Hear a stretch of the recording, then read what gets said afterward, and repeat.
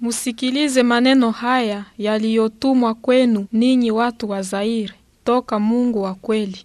Ni maneno kwa ninyi mumoja mumoja. Mungu wa kweli anaishi mbinguni. Musikilize maneno yake. Anasema kwamba kuna njia mbili. Njia moja ni njia nzuri, nyingine ni njia mbaya. Njia nzuri ni njia ya Yesu. Njia mbaya ni njia ya Shetani. Njia mbaya ni pana na nyepesi kwa kutembea ndani yake. Watu wengi zaidi wanatembea kwa njia hii. Ndiyo, sisi sote tulianja kutembea katika njia hii. Mwisho wake ni giza na kulalamika. Watu wanaotembea katika njia hii mbaya wanachukua mzigo mzito wa dhambi. Hawapendi Mungu. Misemo yao ni mibaya, mioyo yao inajaa uovu. Hawatachagua kutembea katika njia ya Yesu.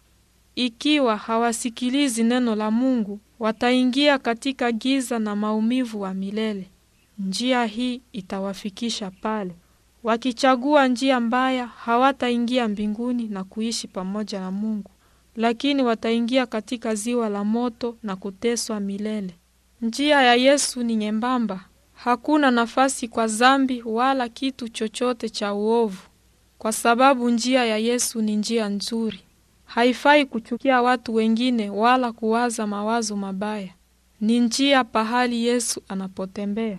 Huwezi kumwona, lakini anatembea kule pamoja nawe. Yeye ni mwenzako, anakupenda na kukulinda.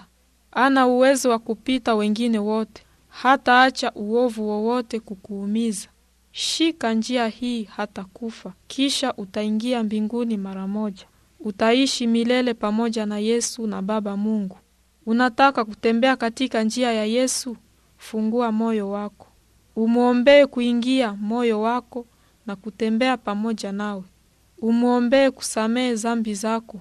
Ukifanya hivi, atakuondoa katika njia ya Shetani na kukuweka katika njia yake. Atasamehe dhambi zako zote. Wakati unapomwamini Yesu, unaacha njia mbaya. Unatembea pamoja na Yesu katika njia yake. Anakupa wewe uzima mpya na hata kuacha kamwe. Njia yake inakuongoza mbinguni, pahali pa nuru. Katika mbingu watu wanaimba na wanafurahi. Yesu anasema, unifuate, angusha mzigo wako mzito. Nitakuwa pamoja nawe na nitakulinda. Nitabaki pamoja nawe siku zote.